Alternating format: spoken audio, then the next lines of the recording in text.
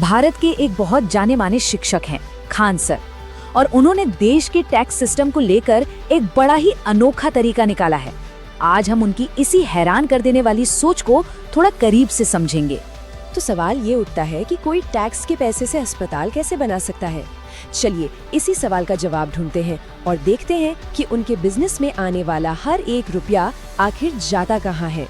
तो ये जो पूरी पहेली है ना, इसकी कहानी शुरू होती है 2 सरकारी विभागों से। देखते हैं कि खान सर के हिसाब से ये पूरा टैक्स का सिस्टम काम कैसे करता है और सबसे पहली कटौती कहाँ से होती है। जैसे ही कोई भी पेमेंट आती है, मान लीजिए किसी स्टूडेंट ने फीस दी, तो सबसे पहले सरकार का एक हिस्सा कट जाता है। ये है गुड्स एंड सर्विसेज टैक्स यानी जीएसटी, और ये सीधा 18% होता है। और यही वो बात है जो खान सर को सबसे ज्यादा परेशान करती है। जरा देखिए, पढ़ाई पर, एजुकेशन पर 18% जीएसटी लगता है और उतना ही जीएसटी फिल्म और मनोरंजन मतलब मूवी टिकट्स वगैरह पर भी लगता है। उनका तर्क बहुत सीधा और साफ है। वो कहते हैं कि जब एक स्टूडेंट की पढ़ाई और मनोरंजन पर एक बराबर टैक्स लगता है, तो ये साफ दिखाता है कि हमारे सिस्टम में पढ़ाई को वो अहमियत नहीं दी जा रही जो मिलनी चाहिए।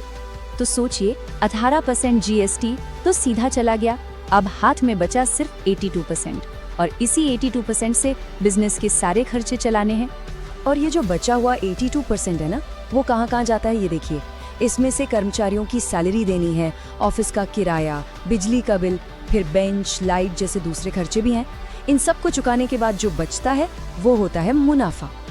लेकिन रुकिए, कहानी यहाँ खत्म नहीं होती। जब ये सारे खर्चे निकल जाते हैं और थोड़ा बहुत मुनाफा बचता है, तो एक और सरकारी विभाग दरवाजे पर दस्तक देता है, और ये है इनकम टैक्स डिपार्टमेंट। ये जो भी मुनाफा बचा है उस पे सीधा 30% का टैक्स लगाता है।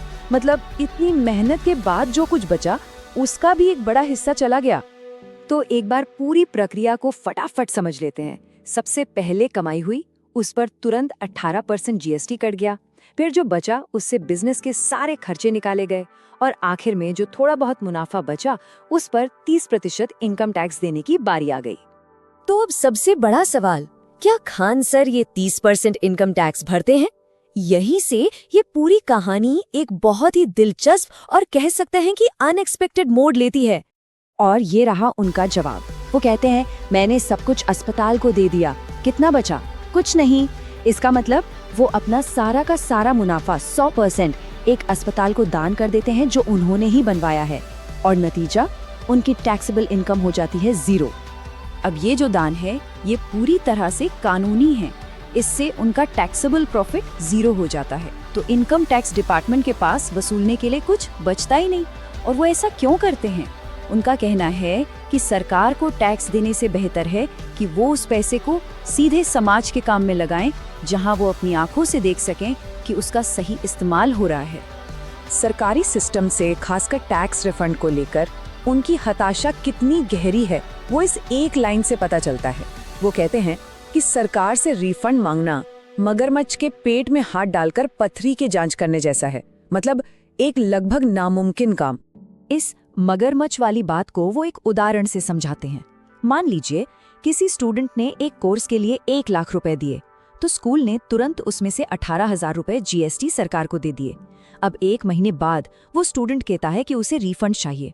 स्कूल को तो पूरे 1 लाख रुपए लौटाने होंगे, लेकिन अब स्कूल को वो 18,000 रुपए सरकार से वापस लेने के लिए जूझना पड़ेगा।